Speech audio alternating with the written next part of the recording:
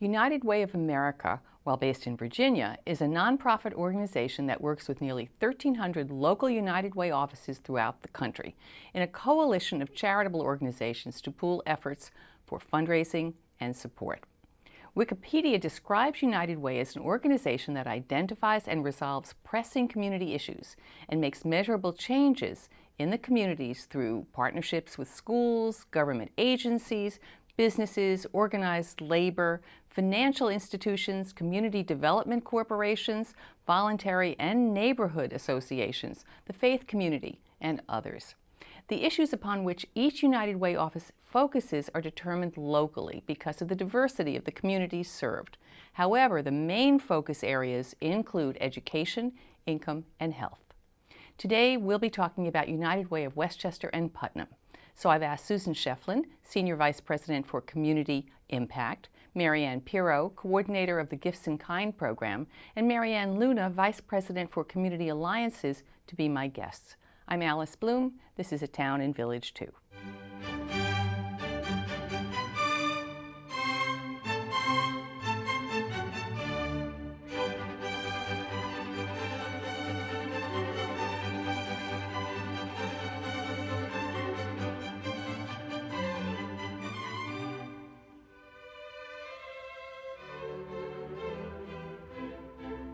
Welcome back. I'm Alice Bloom. Let me welcome my guests, Susan, Marianne, and Marianne. I can remember that. First of all, let me congratulate you. I understand that this is a very big anniversary for United Way, both a 75th anniversary and a 50th. Marianne, who's 75th? Is the United Way worldwide. So Okay. It is the umbrella organization to the United Way system. Okay, and whose 50th anniversary is it, Susan? United Way of Westchester and Putnam had its Okay. 50th anniversary celebration last night. Okay. I'd really love to know, how did United Way get started? Whose brainchild was this? It started in the probably around 1887 in Denver, Colorado. It happens that apparently the community was having some issues in order to be restored after a fire, and it was a rabbi, a priest, and I think two pastors that got together and decided that they were going to make a difference in the community. And the model that they used really worked. You know, they pulled the resources from the community for the community, and they were able to not only meet the needs, but also be an example for other communities to replicate what they had done. Were they the first organization of its nature in our country? I think so. And what happened is that slowly, the model recreated around the country with different names until 1978, when all these different organizations with different names, but following basically the same thing, took the name of United Way. In the past, the name that was very well known was the Community Chest. Mm-hmm. Okay. And it will take the name of the community where they would be doing the work. Oh, interesting. That maybe that's why in Monopoly there's a community chess Yes. card. I That's never right. really thought about that, and so it morphed into United Way. How did United Way in Westchester get started? Do you know? Well, it started out with a community chest kind of organization, and then it developed from that. There was an executive director hired, and eventually I believe that it became a United Way in around 1978, when the national director tried to pull it all together under the United Way Umbrella. I guess. and so then it became United Way as opposed to being a community Okay. chest. And in Westchester. And this is an organization that, well, identifies the needs in particular communities. What were the needs in Westchester that were identified so long ago? I mean, we know that the mission of United Way is to advance the common good. All right, that's a pretty broad statement. In what ways did the powers that be see a need for work in Westchester? What was lacking here? Well, it's very interesting that there are some, were at that time also some hidden needs. For example, it was discovered that childcare was a very basic need in the community. There were various needs for mental health care, all of the human services. And United Way could be a force that would come together to help recruit corporate participation and get collaboration of various groups in the county to come together to work on those issues. So they're the same basic human service needs that are there, and it was determined that that would be a way of addressing those needs, is getting people together to do it. We talked about I talked about 3 issues: education, income, and health. In what ways does United Way foster better education for our children? I assume we're talking about children. Of course, now we know that we're all lifelong learners and have to always go to school. I'm glad that you mentioned lifelong learners, because that's also part of some of what we do with our intergenerational programs. But there is a real focus on trying to move the student ahead toward graduating. I don't know if you're aware that the graduation rate in Westchester is 80%, so that means that 20% of the kids in Westchester are not graduating. We're talking about graduating from high school. Yes, graduating from high school. So we are endeavoring to work to help kids from the very beginning. We have an initiative called Thrive by 5 that actually works with kids in the very early stages, born learning. Right from the time of birth, children are learning, and that's a very important area of development. So there's a big focus on that, and then we also focus on the elementary school years, moving on up into the middle school and high school years. Do people come to United Way to ask for help, or do you identify a need and reach out? We actually, about every 4 years, do a needs assessment, and we call it a community conversation. We really try to reach out to the community and find out what are the areas, what are the major issues and the crucial things that are happening in the community. And then based on what the feedback that we get, based on the surveys that we do and the interviewing and the community forums that we hold, we find out this is an area where there is a need. There is behavior problems with children at risk, or children are not prepared when they start school to be successful.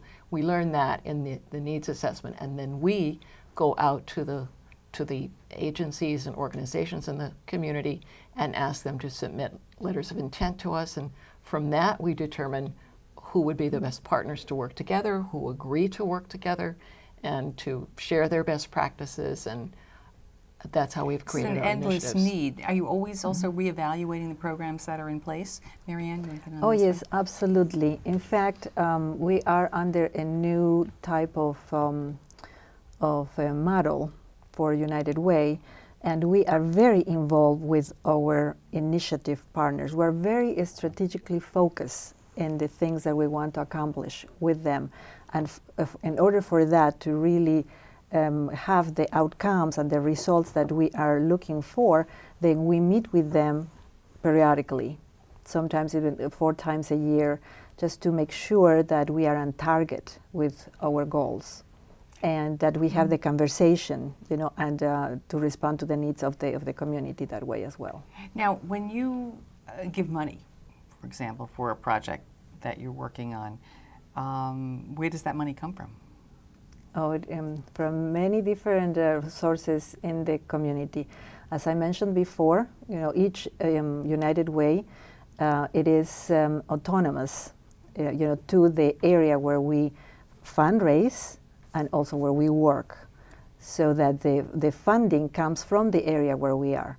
In our case, comes from Westchester and Putnam, from corporate, from business, from the community, from just about everywhere that where people are and they're touched by the work that we do, and they want to come and help us to make those goals a reality. Now, I was impressed in my research for the show that you look for very concrete accomplishments. Yes. And I want to talk about some of the things that you've actually done. Another issue, we talked about education. Income is another. I didn't quite understand this. Helping people to use their own money more creatively or effectively? Is that what you're Thank you for asking that question, because it's absolutely fundamental for our society, for anybody in any walk of life or any, in any situation, to be able to manage their finances, their personal resources better than the way that we are doing it, and for obvious reasons. If you just take a look at a couple years ago, we have to face, as a society, as a community, a global community, we have to face a lot of challenges. The job market, the economic crisis, and all that had as a consequence that families had to do with a lot less and do a lot more. And if people were not a little bit prepared, they suffered terribly. So that's what we're trying to address. We're trying to address the fact that we need more financial education. And that's one of the things that we are really offering to our community. Give me an example of how you do that. Financial literacy is something we've talked about actually quite a lot on this show. And I think we've learned that our schools have really dropped the ball on that, although with exceptions. Some schools do have good economics programs. I remember when my younger son came home and said, "Do you know what this house is actually costing you?" Yike. But I was absolutely thrilled that he started to understand that. Most kids don't. Most adults don't really know what something really costs. Give me an example of a financial literacy program. Okay. Well, we have created through in response again to the need in the community, this program that is called the Financial Education Program at Work. Why at work? Because we found out that people that are hardly trying to maintain not only a job but maybe two, to put the food on the table. These people are tired. They don't have time to go to special workshops outside of their work schedule. So we needed to address that huge need, and we are training volunteers that have the financial background. It could be anybody in the banking industry, finances, teachers, and accountants, or anyone who would like to learn more about personal finances and want to share with other people. So that we train the volunteers, and we ask employers of small business or non-for-profits to invite us to come to their workplace. So we come to the site. Instead of expecting people to come to us, we go to them for 45 minutes, an hour. That's all we ask. And we ask us in a space where they can convene, the employees or staff.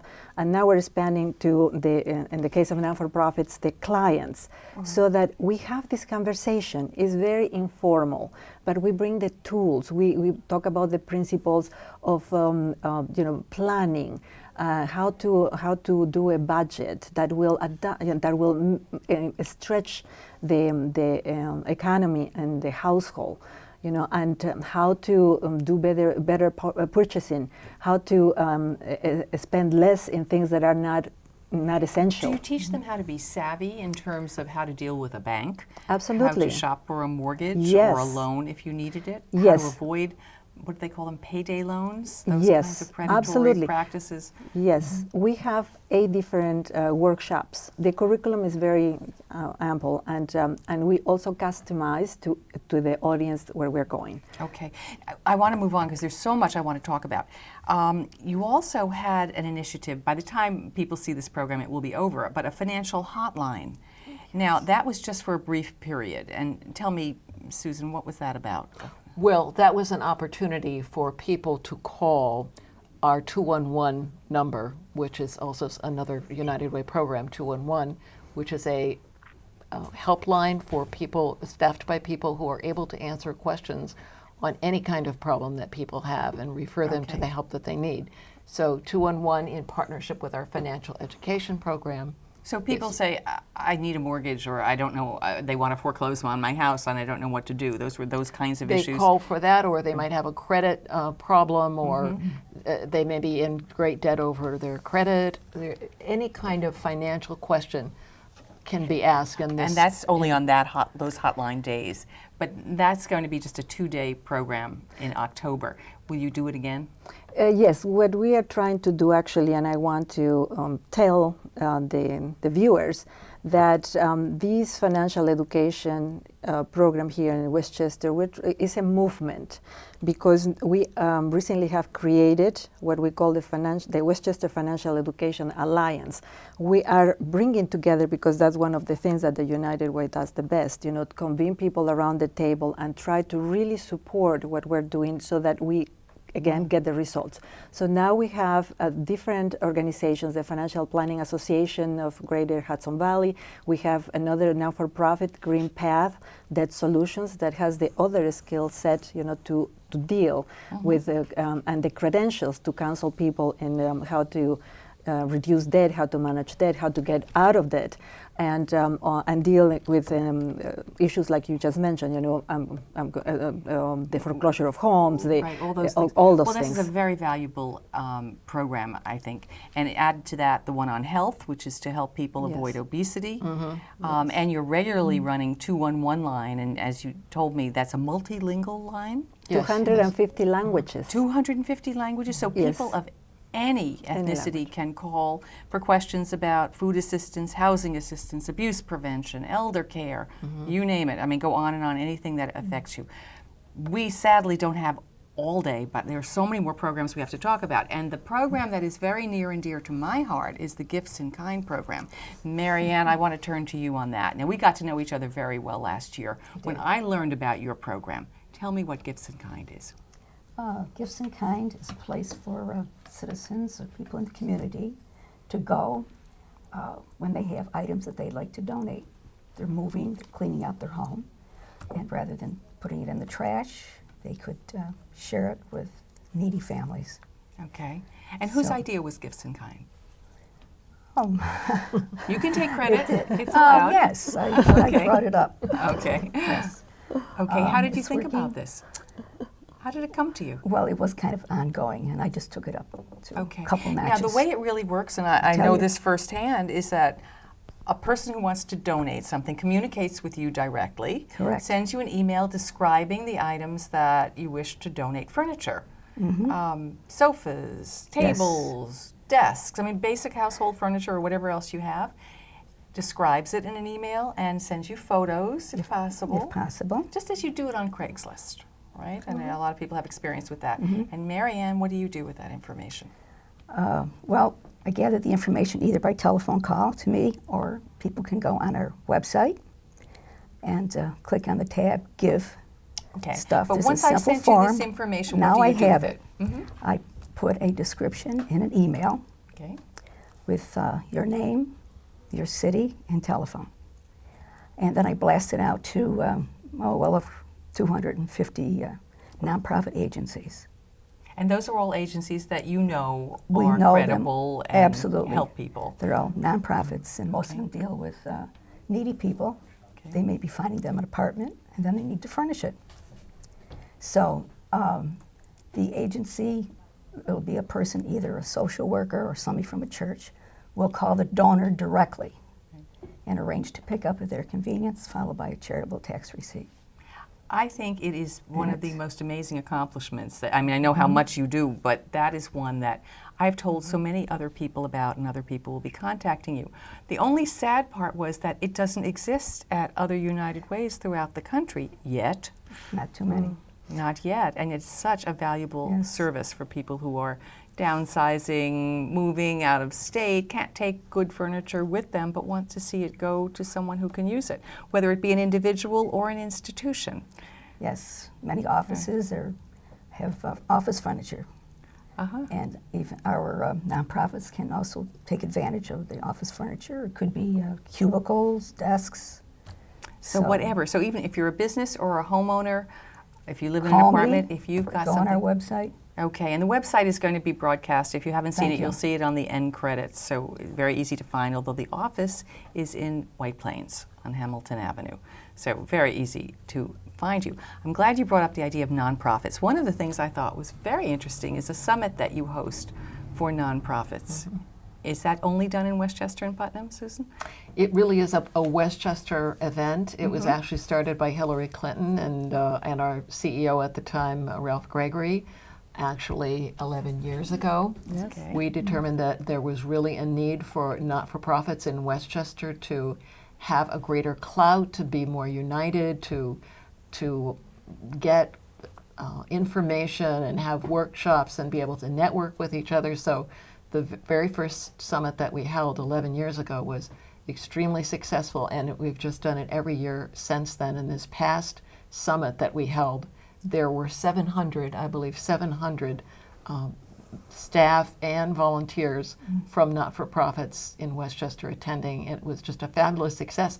And out of the previous summit, a group called Westchester has started to really start to be able to advocate more for not-for-profits. So you've been able to pass this along to someone else who can now shoulder the major administrative work of this coordination of nonprofits? No, we continue to along with the Westchester Community Foundation and a whole, actually a whole committee of not-for-profit executive directors continue to be responsible for it. So the people who attend this are involved in not-profit work? Yes. And they could contact you and say, I'd like to be invited, or I'd like to come? Oh, absolutely. And when do you host this event? It's Every May. Every May, just before Mother's Day. So it's usually on a Monday and the beginning of May. And do you use a big venue in Westchester, like the county center or something It's like that? usually at the it's for the past few years, it's been at the Doubletree in Terrytown. Okay.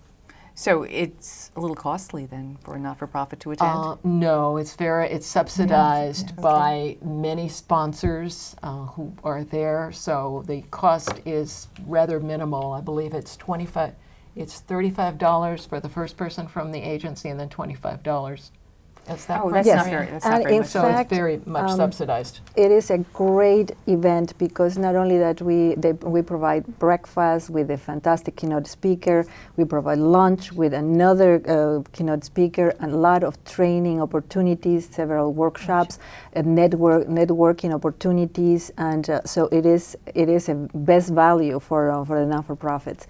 A good investment. Absolutely. Can you give me any example of some program that's emanated from it, or a connection that was made because of this connection? And what the main one is what Susan just mentioned, that out of just meeting with all these not-for-profits, the idea of having a not-for-profit association has risen out of that. And we're going to be into the first year of bringing all this force of not-for-profits to advocate better for the not-for-profits in Westchester. Okay. What is special about not-for-profits that they need such coddling?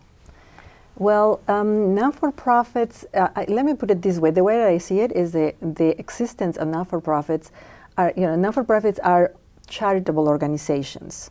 That the name describes it as the mission is to give back to the community, and the community is the bottom line.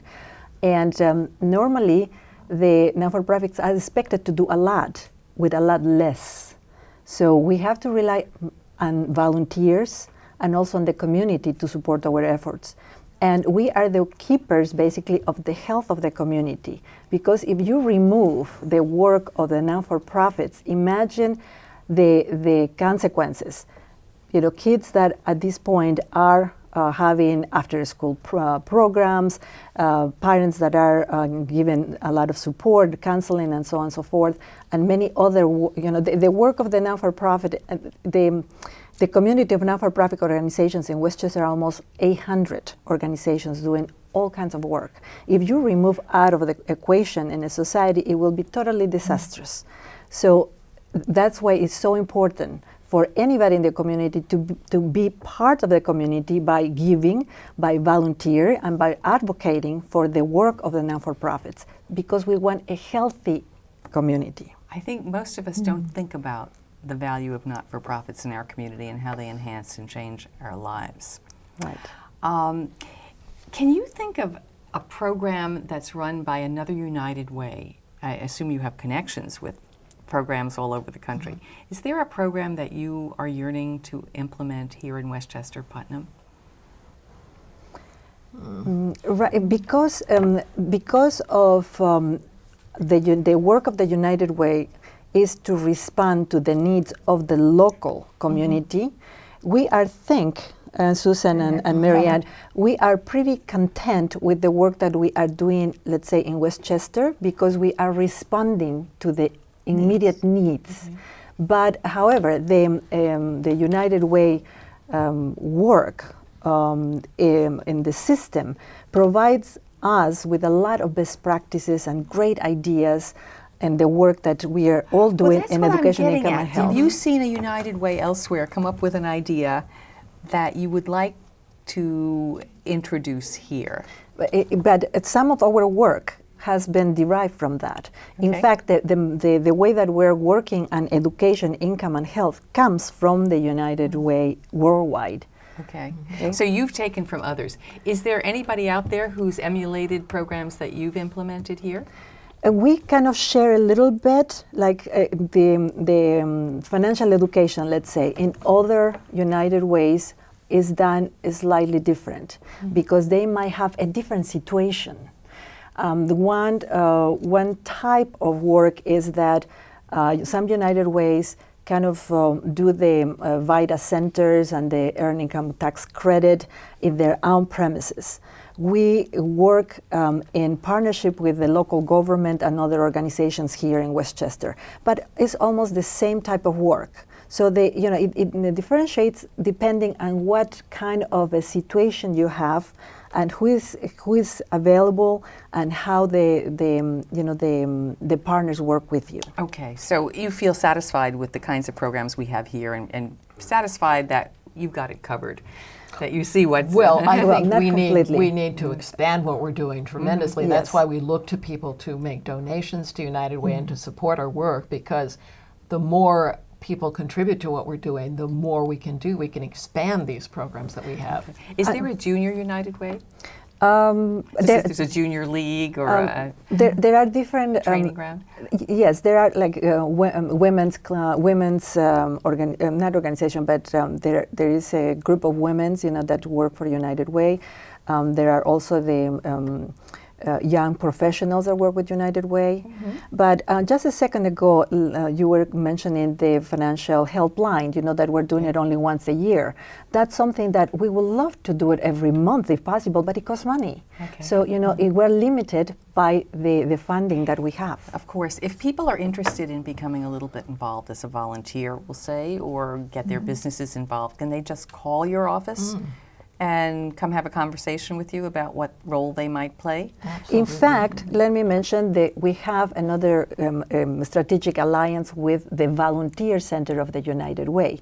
Some United Ways have that under the same roof, but in our case, we are separate organizations, but we have this strategic alliance, so they do the volunteering side for us and for the community. So anyone who is interested in doing any kind of a volunteer work, please visit the Volunteer Center of the United Way. They have a wonderful website. It's interactive, and just to give you So an they idea. would go to your website and then from there get to the volunteer center and be able to participate, or call your office if you think that you have some Yes. way to volunteer. I wish we had more time, but we've covered so much, and I think we've imparted some pretty good idea to our folks at home about what United Way does. I want to thank you for being my guests, and I know we're going to be talking again soon. Yes. Good luck with the helpline, and I hope you do get the funding Thank to you. do that again. Thanks again for Thank being you. my guest. And to Thank my you. audience at home, thank you for watching. I'm Alice Bloom. We'll see you next time. Got through a lot. I know this.